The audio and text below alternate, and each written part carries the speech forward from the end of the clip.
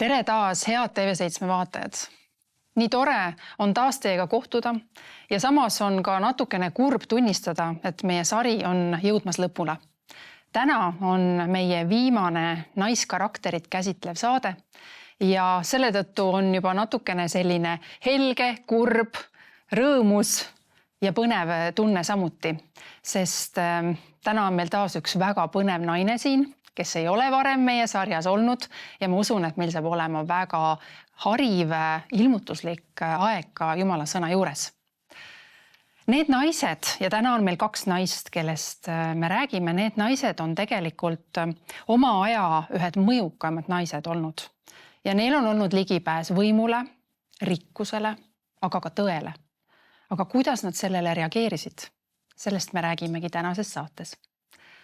Ja kõigepealt, nagu ikka tavaks on saanud, tutvustame oma külalist ja mul on nii suur rõõm ütelda tere tulemast, Helle Liht.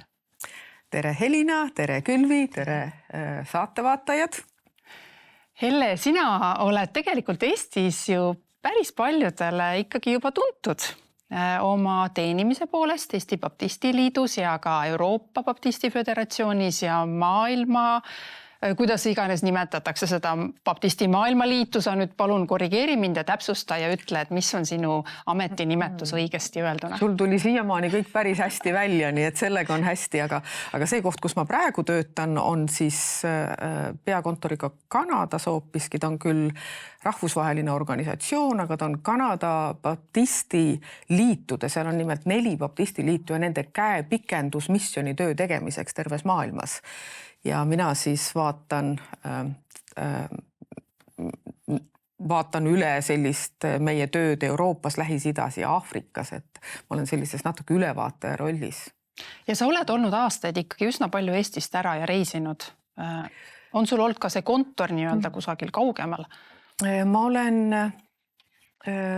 vahepeal elanud 7 aastat Prahas, Tšehhi Vabariigis ja see oli see aeg, kui ma töötasin Euroopa Baptisti Föderatsioonis ja see oli see aeg, 7 aastat, kus ma hakkasin väga Eestit armastama ja kus ma mõtlesin, et ainuke õige koht elamiseks on ikkagi Eesti. Võttis pikka aega, aga samas need teadmised või see teadmine või see tunnetus nagu tuleb siis, kui sul ei ole seda.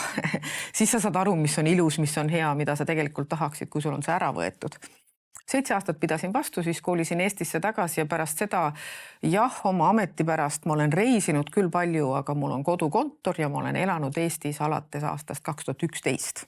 Ja nüüd me oleme sind saanud siia saatesse kätte. Ma tean, et see ei ole olnud lihtne. Võin ütelda, et sul on õnnestunud alati kuidagi välja vabandada ennast, aga täna sa oled siin ja ma tean, et see teema ka, mis me sulle pakkusime, ei olnud sugugi lihtsate killast, aga ma teadsin, et sa oled võimekas naine ja sa oskad uurida ja otsida sealt, kust võib-olla paljud teised ei oska.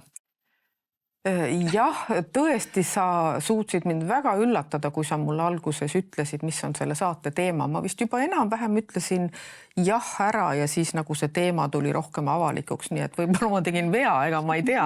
Ehk siis tuleb saate lõpuks ehk välja, aga tõesti jah, see teema on mõnes mõttes intrigeeriv, mõnes mõttes huvitav, et mida siis annab nagu nende tegelaste kohta üldse leida ajaloost, sest piiblis on ju väga vähe nimetatud neid ja mis loo me sealt lõpuks nagu siis välja suudame kirjeldada vaataja jaoks, et ma olen ka väga põnevil, sest ma tean, et teie olete väga palju eeltööd teinud ja küll me siis kamba peale suudame siis selle põnevaks teha ka meie vaatajate jaoks. Ja meil on hea, et Külvi on alati siin olnud sellise toreda täiendajana. Mulle hästi meeldib, Külvi, kuidas sina oskad nagu igat teemat näha hoopis sellise koha pealt, kus nagu mina ei ole liikumas, et suurepärane on toetuda minul ka sinule. Ma jätan kõik korralikud rasked faktid sulle ja siis lendan seal vahepeal. Just, igal ühel oma roll. Ja täna me tõesti peame paluma ja me palusime ka, et Jumala püha vaim tooks esile sellised olulised nüansid, sest et täna me läheme poliitilistesse sfääridesse omadega ja räägime 2 naisest, kelle nimi vilksatab Apostlite tegude raamatus, ilma et sa võib-olla isegi peatuksid sellel ja mõtleksid, et kes nad üldse on. aga ometi nendel on olnud väga põnev lugu ja ma arvan, et isegi sügavam, kui me oskame piibli lugejana seda näha. Nii et me oleme täna ajalooallikaid kasutanud selleks, et teada saada, kes on need naised nimega Berenike ja Drusilla. Me peame nüüd vaatama ka, et me suudaks neid nimesid korralikult välja öelda kogu aeg, sest need ei ole üldse eestipärased nimed, eks ole, nii et vabandame juba ette, kui meil siin tekib vääratusi, eks ole. Just. Ja huvitav on tõesti see, et piibel ei räägi mitte midagi muud peale nende nimede ega seda mitte, et tegemist on õdedega. Ja. Aga ajaloolased ja eriti siis just Joosefus on see, kes on päris hästi kirja pannud nagu nende lugusid. Teadaolevalt Joosefus lausa tundis neid, oli liikumas samades ringkondades, nad olid peaaegu ühe vanused. Nii et selles mõttes on huvitav lugeda kaasaja inimese kirjeldusi. Aga on ka veel teisi ajaloolasi, kes on seda kõike kirja pannud, nii et me usume, et see nii võis olla, nagu me siis nüüd täna hakkame siis seda meenutama. Võib-olla teeks võib-olla sissejuhatuseks sellise hästi lühikese background või taustatutvustuse ja siis võiks minna korraks vaadata kumbagit naist natukene ka eraldi. Aga see perekond ja kust nad tulevad on ju väga huvitav. See on väga huvitav perekond ja kui me nüüd läheme tagasi nende nimede juurde, keda tegelikult ju kõik teavad, siis need on see suur Herodeste perekond ja hakkab pihta Herodes Suurega, eks ole. Herodes Suur oli siis see mees, kes oli valitsemas sellel ajal, kui Jeesus sündis ja see mees, kes lasi kõik need väikesed poisslapsed hukata ja arvas, et siis sai Jeesusele ka kuidagi näpud taha ja et saab siis pildilt pühkida selleks, et tema jääks võimu juurde. Nii et need võimuambutsioonid ilmselt on nagu kogu aeg mängus olnud. Nii et siis mõlemad õed tulevad siis samast perekonnast, aga nad on siis Herodes Suure lapsed, eks ole, sellepärast, et nende isa oli Herodes Agrippa esimene, kes oli siis Herodes Suure pojapoeg. Ja siis neil on ka vend, keda siin nimetatakse ja kellega on nagu omaette lugu, eriti ühel nendest õdedest. Tema on siis Herodes Agrippa teine.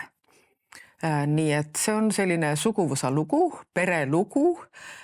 Nii et kui me sellesse tungime, siis jah, see on seal nagu taustaks kogu aeg. Aga nagu sa ütlesid, Helina, siis tegelikult see ju sündis nii ammu aega tagasi, eks ole, üle 2000 aasta tagasi ja need ajalooallikad on väga napid ja napisõnalised.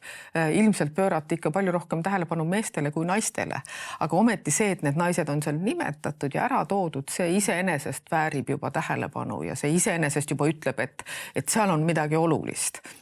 Nii et jah, et see perekonna kontekst on siis Herodeste suguvõsa. Ja veel lisaks nende vanavana oli ju see Herodes Antipas, kes lasi hukata Risti ja Johannese. Ja siis nii-öelda siis tädi Herodias, kes siis oli seal elamas temaga koos, korraldas siis selle olukorra, eks ole. Nii et see on, ja nende isa, sa mainisid Herodes Agrippa esimest.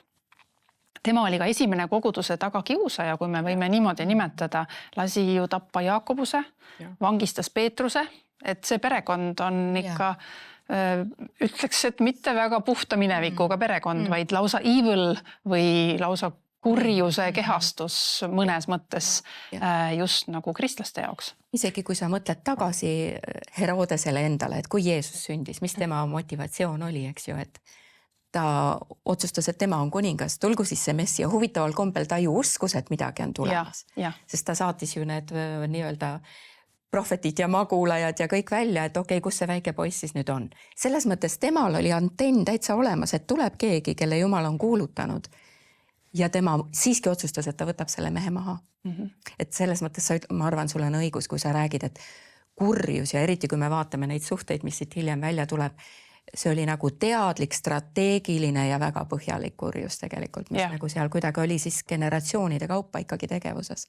Terve suguvõsa oli sellesse nagu ka haakunud.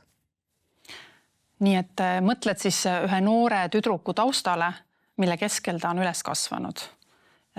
mida ta on näinud, kuulnud ja mis on võib-olla ka temale nagu ema piima kantud, öeldakse, et mõnikord kandub kõik see sulle nagu sinu sisse ka selliselt. Sest see keskkond, eks ole, kus me kasvame, see ju nii palju mõjutab meid, meie väärtushinnanguid, see, mille poole me püüdleme ja noh, loomulikult kogu see kuninglik taust ja kuninglik rikkus, milles nad elasid, see kõik ju jätab oma mõjud, nii et selles mõttes võib-olla meil on isegi nagu raske hinnata objektiivselt kõike seda, eks ole, ja selles mõttes ma arvan ka, et võib-olla ega me ju ei võtagi siin sellist süüdistavat tooni, eks ole, vaid pigem püüame nagu mõista, mis oli see roll ja võib-olla ka sellest lähtuvalt nagu õppida, mis on need ohud, millest meie võiksime eemale hoida selleks, et mitte sattuda nendesse kiusatustesse. Ja meil on olnud enne ka negatiivseid naisi just nagu sellepärast, et me võiksime õppida, kuidas mitte teha. Ja nii nagu Jumala sõna ka ütleb meile, et kõik lood on kirjutatud meile hoiatuseks, kasvatuseks, et järelikult meil on vaja tähele panna, kui piiblis on midagi kirjutatud, siis see ei ole niisama tühja. Ja sellepärast me täna tahame vaadatagi ja mõelda, et mida räägivad need kaks õde meile. Alustame võib-olla sellest vanemast tõest, Berenikest või Bernikest, nagu on tema algne nimi. Et selle nimi tähendab võitu tooma, ma vaatasin. Ja ta sündis siis umbes aastal 28 peale Kristust, siia-sinna eeldatavalt.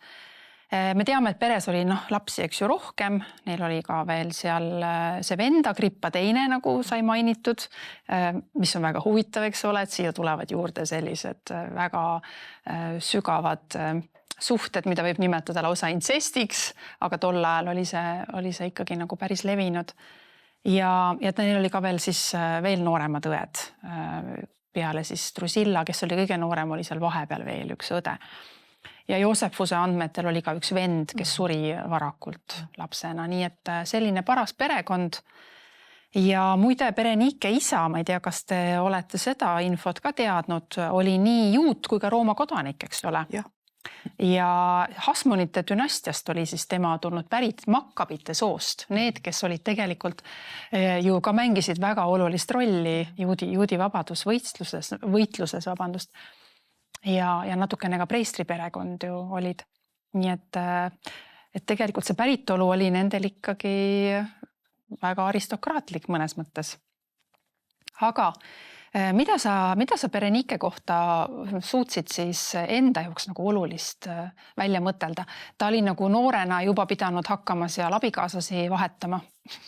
Neid oli nii palju, on sul meeles neid nimesi ka või kuidas see lugu oli? Nimed ei jäänud meelde, nimedega on üldse raske ja eriti kui sa loed nagu piibliteksti ju selle mõttega, eks ole, et mida sa sealt nagu vaimulikult kuidagi nagu välja saad lugeda enda jaoks või siis oma töö jaoks, siis need nimed vahest lähevad ju niimoodi nagu sa lihtsalt libised neist üle ja võib-olla ma tegelikult kuni siiamaani olin tegelikult sellest Berenike nimest ka lihtsalt üle libisenud.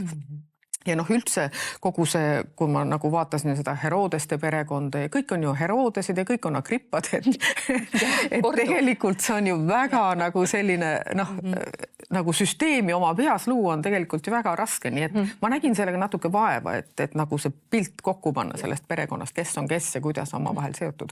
Aga nüüd Berenike juurde, siis jah, tal oli mitu abielu, aga eks tollel ajal oli ka ju need abielud olid poliitilised, eks ole, anti ikka tütreid naisteks nendele, kellega taheti nagu võimusuhteid luua ja oma mõjusfääri laiendada, nii et kõik see oli seal nagu mängus, nii nagu hiljemgi Euroopa ajaloos ju, eks ole. Nii et seal ei ole nagu midagi üllatavat.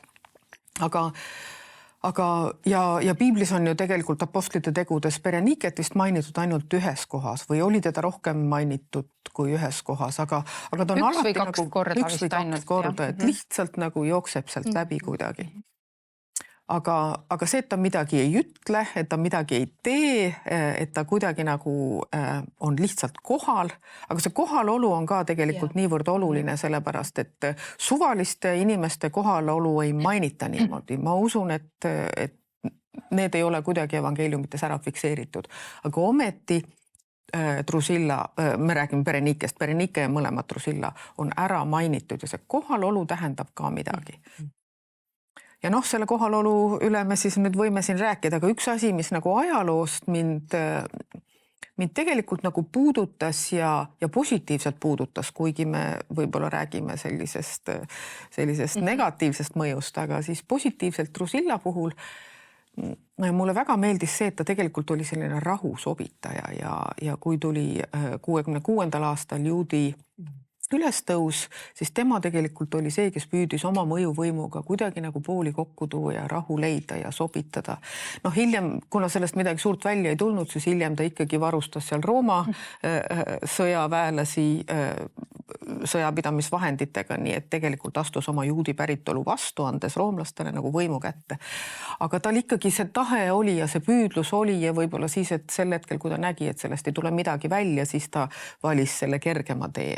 Aga ma arvan, et kuskil seal olid ka sellised head motiivid tal. Aga see toimus ju tegelikult peale Apostel Paulusega kohtumist. Nii et ütleme see, mida iganes ka ta võis kuulates seda meest, tema süda, kas seal sees midagi liigutas, see võis olla ka nagu tema sees, kui ta läks ja proovis siis selle juudi sõja ajal mingilgi määral kogu seda vägivalda ja juutide tapmist nagu vähendada. Mõni ajaloolane on isegi öelnud, et ta tõesti nagu lausa alandas ennast, lausa paljajalu läks valitseja juurde. Kuigi ei tea, kas oli liialdus, kas seda on hilisemalt nagu juurde pandud, aga igal juhul tõenäoliselt ta mingi hetk proovis, kasutades ära siis oma võimu, oma positsiooni ja ka seda, et ta oli juudi päritolu, et kuidagi moodi aidata, aga tundub, et ta jäi alla nendele jõududele. Ja. Need on hästi keerulised lood tegelikult, seal toimus tõesti väga palju võimuvahetusi ja tema oma abikaasadega ka tegelikult ju kasutas täpselt samuti oma positsiooni proovis parandada ja tal olid ka väga ju skandaalsed suhted. Et kui me nüüd mõtleme, siis üks tuntumaid võib-olla tema nii-öelda elukaaslasi oli ju Tiitus, kellest sai hiljem keiser ja kes on tegelikult olnud see, kes põhjustas ju kogu Jeruusalemma hävingu. Jah, aga seal on ka, see suhe oli selline, minu mõelest nad ju abielus ei olnud kunagi lõplik. Nad ei olnud jah, aga nad olid kokku lahku. See oli see kokku lahku, on-off suhe oli seal. Ja see oli ka poliitiliselt. Ja see oli ka poliitiline. Kui vaja oli. Et kuskilt lugedes mul jäi nagu see mulje, et neil see tõmme oli, aga siis poliitika oli see, mis neid ka lahku ajas. Ja see oli lõpuks ka see, miks Tiitus ta pagendusse saatis. Vahepeal ta tuli vist küll Rooma tagasi jälle, aga siis saatis uuesti pagendusse just sellepärast, et oma positsiooni mitte ohustada siis sellise juudi suguvõsast pärit naise kaudu. Selline arusaamine mul tekkis. Nii et tegelikult me ei tea, mis oli Drusilla lõpp. Ta ilmselt surigi kuskil pagenduses, temast rohkem pole kuulda. Nii et jah, seal on ka küsitavus, eks ole. Ja esiteks nad abiellusid hästi vara, et Berenike esimesed abielud oli 13–15, eks ju. Et see tõepoolest on pigem nagu kaart, mida mängitakse. Samas lõpuks, kui ta on Agrippa teisega abiellus, siis ikkagi kutsutakse teda kaas või iseõiguslikuks valitsejaks, mis tähendab, et ta oli tegelikult hästi-hästi võimas. Isegi nagu kuningannaks mingis mõttes. Samas poliitiliselt oli ta ka väga selline küsitav kaart, eks ju, kuna ei meeldinud ta ei juutidele sellepärast, mida ta kõike tegi ja ei meeldinud ta ka roomlastele oma skandaalse elustiili poolest. Et öeldakse, et tal oli 3 abielu ja 2 tuntud armukest. Et nagu ta kogu aeg käis kuidagi sisse ja välja ja kõik oli poliitiline. Aga ta oli ka väga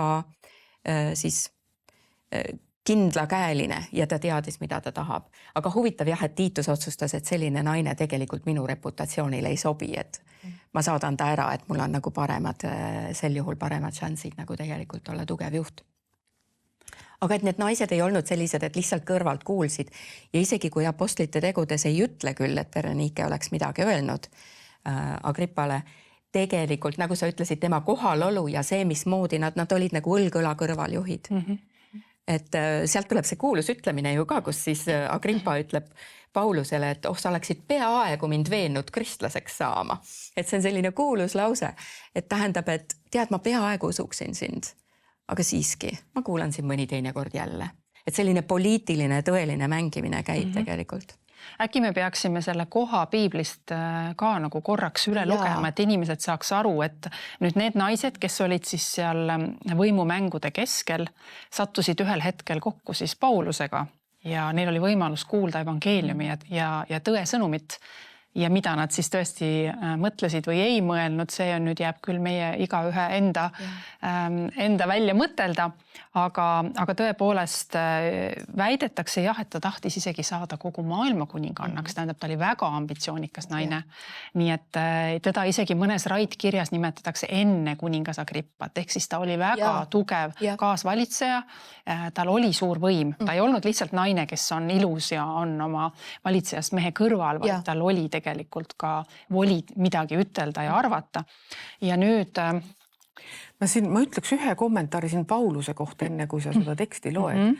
Et Paulus toodi ju nende ette, eks ole, selleks, et endale kaitsekõnet pidada. Teda süüdistati nendes poliitilistes mahinatsioonides on just tõesti see õige sõna, eks ole, et ta agiteerib juudi rahvast või mis iganes need süüdistused seal olid, eks ole. Aga siis Paulus ei pea mitte kaitsekõnet endale, vaid räägib evangeeliumi. Et minu meelest see on nagu seal loos ka üks mingi selline väga huvitav aspekt, et ma ei tea, kuidas mina nagu suhtuks, et kui mind veetaks kohtu ette ja mind süüdistatakse milleski, ikka ju hakkaks nagu ennast kaitsma, eks ole, aga Paulus kasutab seda ära ja kuulutab evangeeliumi. Muidugi ta teades, et teda pole milleski võimalik süüdi mõista ka, eks ole, ja ta ütleb seda seal välja ka. Aga see oli nagu huvitav. See on kahe otsaga asi, eks, sest Jumala või Jeesus, eks ju, kui nad kohtusid, ütlebki, et sa pead minu nimel kannatama, ma saadan su valitsejate ette ja nüüd ta on sõna otseses mõttes valitsejate ees. Ta teab, mis ta eesmärk on, aga saab ka teistpidi vaadata, et ta lähebki Jumala selja taha, sest avalikult olid kõik need kuningad mingis mõttes ikkagi religioossed. Nad ei olnud, et umbes mina jään. Nad kõik tahtsid olla nagu Jumal õiglane ja teha head nii öelda, kuigi hoopis teiste. Teate, mõnes mõttes mind see meenutab ka tänast maailma ka. Et meil on tegemist kahe täiesti erineva filosoofiaga, kuidas teha head. Üks ütleb, et ma võtan võimu ja minu käes on tarkus ja mina teen otsused ära, siis on paigas. Teine ütleb, ma jätan Jumala otsustada, ma liigun Jumala sellise vaimuliikumise all ja ma olen alandlik mees või naine. Et tegelikult siin on näha minu meelest Pauluse ja nende valitsejate absoluutselt erinevat lähenemist ka. Jah, no ma väga tahaks, et sa nimetaksid mulle ka mõne sellise valitseja siit meie kaasajast, kes päriselt nagu tahaks Jumala tahet teha, olles riigi eesotsas. Ma räägin sulle veel, ma ütlen ühe lause, et mitte saadet ära kaaperdada, aga võib-olla hoopis räägin tehnoloogiast. Mul on üks sõber, siiamaani suhtleme natukene, kes on Google'is nii-öelda peaevangelist, mis tähendab tema üle maailma räägib sellest, milline on siis inimkond 2.0. Ja tema iga kord rõõmustab selliste asjade üle, mis meil kristlastena ajab nagu ihukarvad püsti. Näiteks täielik kontroll selle üle, kuidas inimesed mõtlevad või käituvad või kus nad on, milliste autodega ja kui kaugele nad sõidavad. Et meie silmis on see otse kui meie inimõiguste äravõtmine, aga tema leiab, et inimkond saab palju paremaks ja hoiame palju rohkem loodust ja kõigil on võimalus ühtne inimkonna heaks. Võt hoopis täiesti erinev lähenemine. Ja ta siiralt usub seda. Ja ta usub nii võimsasti, et me juba naerame, sest et kui tema lööb tantsu, et midagi suurt ära tehti, siis mina ütlen, kuule, mõtle natuke veel.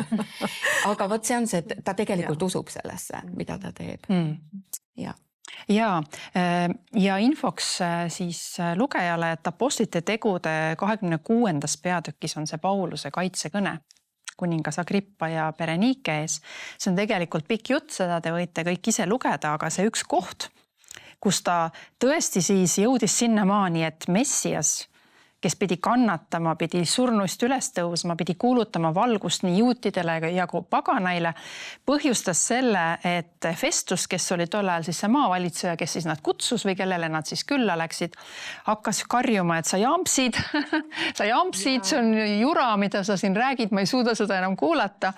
Ja Paulus ütleb, et ei jampsi, ma kõnelen väga arukaid sõnu ja tõsiseid sõnu. ja kuningas teab küll neid asju, sest ma olen veendunud, et midagi sellest pole tema eest varjule jäänud, ei ole see ju kuskil kolkas toimunud. Ehk siis tegelikult, kui me räägime ka siin kuningas Agrippast, et ta ütleb, et ta teab küll neid asju ja muidugi Berenike oli ju ka juudina tõenäoliselt tutvustanud mehele ka ja nad olid kasvanud muidugi selle sees nii hästi, et nad teadsid seda lugu, see ei olnud võõras talle, see evangeeliumi lugu tegelikult. Ja siin Paulus kinnitabki, ta teab küll neid asju. Või ülestõusmine, kogu see skandaal, mis oli nagu tegelikult ju ainult mõned aastad tagasi sündinud. Ja nüüd Paulus pöördub kuningas Agrippa poole, ütleb, et kas sa usud prohveteid? Ma tean, et sa usud. Oh, wow. Ütleb ta. See on huvitav taust. Ja Agrippa ütleb Paulusele nüüd, pisut veel ja sa veenad mu koguni kristlaseks. Ja Paulus vastas, paluksin küll Jumalalt, olgu siis vaja pisut või palju, et mitte ainult sina, vaid ka teie kõik, kes te mind täna kuulete, saaksite niisuguseks, nagu mina olen, ainult ilma nende ahelateta. Kuningas ja maavalitseja ja Berenike ja need, kes nendega istusid, tõusid siis püsti ja kõrvale astudes rääkisid omavahel. See inimene ei tee küll midagi, mis vääriks surma või ahelaid. Aga Agrippa lausus Festusele. Selle inimese oleks võinud vabaks lasta, kui ta ei oleks nõudnud keisri kohut. See on nüüd see pikem lugu, see taustlugu, miks Paulus sinna Rooma lõpuks jõudis, aga siin on nüüd tegelikult siis Berenike, kes kuuleb, aga ta ei tee nagu mitte midagi ka aktiivset. Ta lihtsalt on seal ja laseb sellel asjal nagu mööda minna selle hetke. Selle võimaluse, kas Paulust kuidagi veel rohkem aidata, seista ta eest või kuidas te tajute seda momenti? Jah, no siit tuleb nagu välja, et ta jääb passiivseks, aga samas passiivsus ilmselt ei ole nagu kunagi positiivne tunnusjoon. Aga samas ta ei ütle ka midagi hukkamõistvat Pauluse kohta, kui nad seal arutavad selle üle, mida nüüd selle inimesega siis teha, eks ole, kas ta väärib hukkamõistu või mitte, siis nad kõik on kuidagi nõus ja ilmselt ta ikka selles seltskonnas seal midagi ju väljendab oma arvamust ja ta on nagu nõus, et ei, Paulust ei ole vaja hukka mõista, see ei ole hukkamõistu väärt asi, mida ta teeb. Nii et mõnes mõttes, kui tahta, siis ju võib seal näha ka positiivset, eks ole, sest tal oli see võim ütelda, et ei, see mees võib-olla siin õõnestab meie võimu. Just, ma arvangi, et kalkulatsioon oli puhtalt riigivõimu tema ja tema abikaasa siis nendes rollides ja ta nägi, et seal ei ole midagi, et see on jälle see juutide omavaheline sõda, hoiame sellest eemal. Aga mõelge nüüd selle Pauluse sõnumi peale, mis oli väga isiklik evangeelium. Ja ta räägib eelnevalt pikalt sellest, kuidas teda on kutsutud, et ta võiks pöörata inimeste südamed uuesti valguse poole ja tuua nad, eks ju, sinna tõe tundmisele. Ja kindlasti kõik need teemad olid väga keerulised nendel ära seedida, kui ta räägib õiglusest ja kohtust ja see kutse, eks ole, et Messias, kes pidi kannatama, kes suri ja tõusis üles, et meil võiks olla elu ja me kõik võiksime nüüd elada seda elu. Ma arvan, et see kutse kriipis isiklikult nende südant kõige rohkem praegu, kus nad pidid katkestama selle Pauluse sõnumi, sellepärast et läks nagu ikka liiga teravale nende sisse. Jah, seal, kus ütleb, et see on siis apostlite tegu 25 ja 26 peatükk, eks ju, kus ta ütleb, et kui Felix oma naise Drusillaga, kes oli juut, saatis mehed Pauluse järele ja kuulas kõnet ja kui siis Paulus kõneles õiglusest, kasinusest ja tulevasest kohtust, eks ju. Nüüd me jõuamegi selle õe juurde. See on nüüd õde ja et nendel oli ikkagi nii palju seda taga, millest nad juba niigi hoidsid kinni ja pidid nagu olema investeeritud, et nad tegelikult löövad hirmule ja ikkagi selle peale ütlevad siis, et jäägu see meist eemale sisuliselt. Aga just, et see Berenike ja Agrippaga kohtumine mulle tundus, oli see koht, kus sulle laetakse või antakse sulle kutse ja võimalus. See on nüüd see elutee, mida mööda sa võiksid käia uues elus ja sul on liiga palju kaotada. Sa tunned, et ma ei saa, sellepärast, et ma elan hoopis teises maailmas. Mu ümber on hoopis teised inimesed ja kuidas ma siis nüüd ühtäkki otsustan, et ma võtan selle mehe kuulutuse vastu ja lihtsalt panen kogu oma elu maha ja hakkan seda kõike uskuma ja elama mingisugust kristlase elu. Teisest küljest, eks ole ju, kas see oleks saanud nende võimule ohuks? Kui nad oleksid Pauluse sõnumit võtnud tõsiselt, mida nad teatud määrani ju tegid ikkagi, eks ole, see lõi nad kartma, et mis siis juhtub. Aga kui nad seda oleks teinud, äkki neil oleks olnud võimalus jääda edasi võimule ja teha hoopiski midagi palju paremat ja head, eks ole. Et selles mõttes jällegi sa valid nagu sellist need samad võimuküsimused ja siis see, mis su siis südant puudutab, mis tegelikult ju juhtus seal, eks ole, sa vaigistad oma südametunnistuse, sa vaigistad, mida meie ütleksime, eks ole, ka püha vaimu hääle. Just. Et nagu selline väga huvitav dilemma, eks ole, ja ega me lõpuni siin järeldusi ei saa teha, mis kaalutlustel nad midagi tegid, aga see on see, kuhu nagu mõte läheb. Sest me tegelikult ei tea enam, et nad oleksid saanud rohkem võimalust nii-öelda kuulda evangeeliumit. See oli see nende hetk. Ja nad just nagu otsustasid, et nad veel vara, ma veel ei otsusta seda, eks ju. Ja tegelikult hästi sarnane lugu on siis tema noorema õega, sa juba natukene lugesid siin, kuidas Drusilla, kellest me ei ole jõudnud rääkida, aga keda me saame võib-olla põgusalt lihtsalt ära mainida, tema elukäigu ja tema ju tegi ka selles hetkes omad valikud. No tegelikult oli nende õdede vahel ikka täielik rivaalitsemine. Ja, vaen. Et Josephus kirjutab ja mul on tegelikult väike lõik, kui võib-olla loen ette, sest et tal on väga huvitava lõpuga see lõik ka. Aga mõte on selles, et Berenike on vanem. Aga kes on kõige ilusam maa peal? On noorem õde. On Drusilla. Kõik kuningad ja mehed muudku vaatavad Drusilla, pidi silmi, et tõesti kõige kaunim naine, keda siis nähtud oli. Ja selle tõttu Berenike põhimõtteliselt survas ja nii-öelda ikkagi käsitles teda väga halvasti. Vana piibellik lugu, nagu me neid mustreid näeme, eks ju. Nii et selles mõttes nendel see poliitiline, tegelikult siis Berenike oli nagu ülem. Teda kutsutakse lausa kuningliku nimega, ma praegult ei mäleta, kuskil on mul see kirjas ka, aga et nagu kuninganna siis või, et ta on ikka täielik valitseja. Teine on nüüd see ilus, kellel on siis nii-öelda see tagatausta suured sellised võimud. Aga ma loen äkki ette Josephusest, sest et siin räägib nende elu sellisest lõpupoolest ka natukene. Ja sellest, kuidas Drusilla abiellus üldse. Nii. See on siis Juudi muinsused on see raamat, mis on eesti keeles ka ju olemas, eks ole ju? Kas on olemas eesti keeles ka? Võib olla olemas, aga mul ei ole ette jäänud. Nii, loeme igal juhul siis selle. Siin ütleb nii, Drusilla ja Asisuse abielu, see on nüüd eelmine abielu, lahutati varsti pärast seda järgmisel põhjusel. Kui Felix oli Juudamaal prokuraator, kes on siis maavalitseja, nägi ta Drusillat ja armust temasse, sest ta ületas tõepoolest kõik teised naised oma ilu poolest. Ja ta saatis tema juurde mehe nimega Siimon, mõnedes käsikirjades Atomos, oma juudi sõbra, sünnilt küproslane, kes pidas end maagiks. Siimon püüdis veenda teda oma praegusest abikaasast loobuma ja Felixiga abielluma ning lubas, et kui ta Felixile jah ütleb, siis ta teeb Drusillast õnneliku naise. Seetõttu käites naine rumalalt.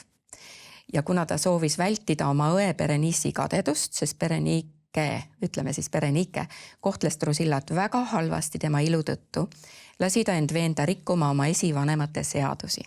Ta läks juudi mehelt siis paganaga abielluma ja kui tal sündis temaga poeg, nimetas ta tema siis Marcus Antonius Agrippaks. Aga kuidas see noor mees koos oma naisega Vesuvi vulkaani purskumise tõttu Titus Caesari ajal hukkus, sellest kirjutan edaspidi. Et tegelikult selle pere lõpp oli Vesuviuse vulkaani. Seal samas, kus see Pompei vulkaani purskes, kus põhimõtteliselt see linn hävis. Nii naised kui mehed. Et selles mõttes see on nagu vau. See lõpp on ka niisugune korralik hoiatus, eks ole ju, et Jumal andis neile võimaluse, aga sealt tuli ka üks päev, kus oli tegelikult lõpp, et see elu lõpu nagu vahel tuleb mõtiskleda nende asjade peale, et võib-olla tõesti, kui nad oleksid vastu võtnud, oleks nendel olnud pikk valitsus. Me praegult täiega spekuleerime. Muidugi, jah. Aga see on nii huvitav vaadata, mida Jumal teeb nagu selliste asjadega. Sa võid olla maailma tipus ja võid olla ära pühitud ka. Ja. see on nagu, aeg on väga kallis ja need võimalused ei ole odavad, mida Jumal nagu pakub perele. Ja ma mõtlen, et kui Berenice kuulas siis nagu ühe korra nii-öelda seda kõnet ja sai selle kutse otsustada, siis Drusilla tõenäoliselt sai oma abikaasaga mitmeid kordi Paulust kuulata, sest seal oli ju see pikem periood, kus neile väga meeldis seda kuulata. Paulus ju käis, seda oli seal 2 aastat tegelikult ju istus ja piibli tekst Apostlite tegude 24. peatükk väga hästi sellest nagu räägib, et ta pidevalt kutsus teda jälle tagasi. Ehk siis ta lükkas jälle otsuse edasi ja kutsus jälle ja ütles, et eks ole, et tule jälle tagasi, kui teine kord jälle. Mõtles, kui mul nagu... saaks võib-olla natuke ja saab ka raha. Et ilmselt oli ka siin selline... Ma arvan, seal Apostlite tegudes on nimetatud raha, aga ilmselt nad lootsid, et Paulus maksab altkäemaksu. Mul käis nagu selline mõte läbi, et maksab mingi suure portsu raha ära ja siis nad lasevad äkki ta vabaks. Et kogu aeg oli see ootus, et äkki saame sealt nagu veel vara juurde. Terve kristlaskond on ju taga ja nad ju teevad korjandusi. Just. Ja Drusillal ei olnud mingit juriidilist põhjust viibida nendel istungitel. Tal pidi olema uudishimulik Pauluse sõnumi suhtes. Ta pidi ikkagi olema nagu kuidagi kütkestav see lugu, see mees. Aga ometi ei jõudnud see sinnamaani, et oleks nagu toimunud. Ma olen lugenud ka teistsugust tõlgendust selle kohta, et nad hoidsid teda kinni ja et Felix tegelikult tahtis väga Drusillale ju meeldida, eks ole, ja Drusilla oli nagu see, kes initsieeris selle kinnihoidmise, sest ta arvas, et ta saab ikkagi nende võimule ohuks. Ja sellepärast nagu hoiti seda lõtku niimoodi seal ja kutsuti jälle tagasi, jälle räägiti ja jälle tagasi ja jälle räägiti, et aga noh, ega ei tea ju, sellepärast, et meil neid väga otseseid viiteid selle kohta ei ole. Ja nagu sa ütlesid ametlikult või tähendab alguses kohe siin, et tegelikult see, et nad on ära mainitud, on väga oluline. Sest ega mehed istuvad läbi piibli istungitel koos oma naistega, keda ei ole mainitud, et see on ikkagi selline tugev poliitiline ja ka siis moraalne kaal, mis nendele naistele on antud selles mõttes piibelikult. Et naine, kellele on antud ka tuntus ja võim, meil on ka tänapäeval tegelikult ju neid naisi, kellel on mõju ja ka sotsiaalmeedia on täna see koht, kus kaudu on võimalik tegelikult väga kaalukalt esitada oma mõju või oma hinnanguid, et mida sa peaksid teadma, on ju see, et sul on, sinu ei on täpselt sama oluline kui sinu jah tegelikult. Et antud juhul see, et midagi ei teinud, oli ka ju päris kaalukas ja eriti nende isikliku elu suhtes. Me näeme, et tõesti me ei tea kumbagi naise elu lõppu, kui vaid seda, et üks ilmselt hukkus vulkaanipurskel ja teine kadus kuskile ajaloo hämarusse.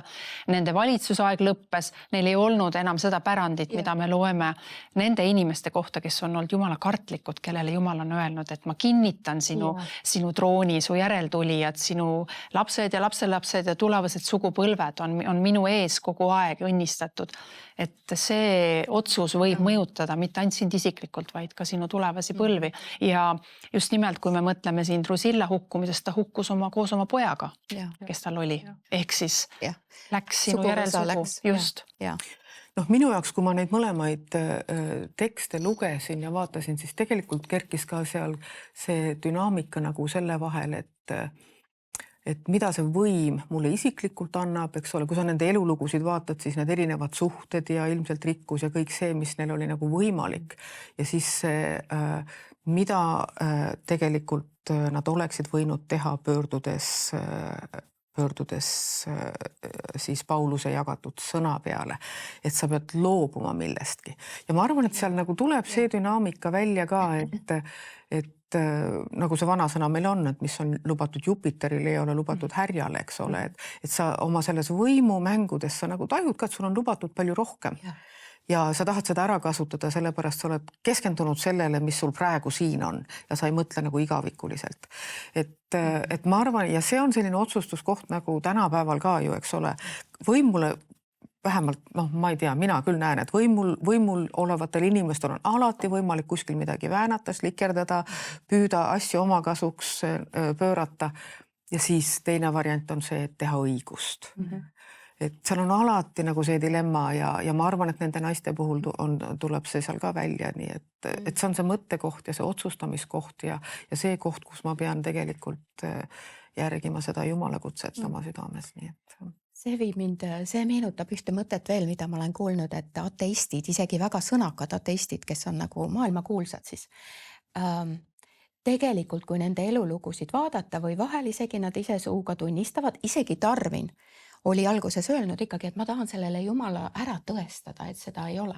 Et kuna me tahame teha mingeid asju, millest me ei taha loobuda.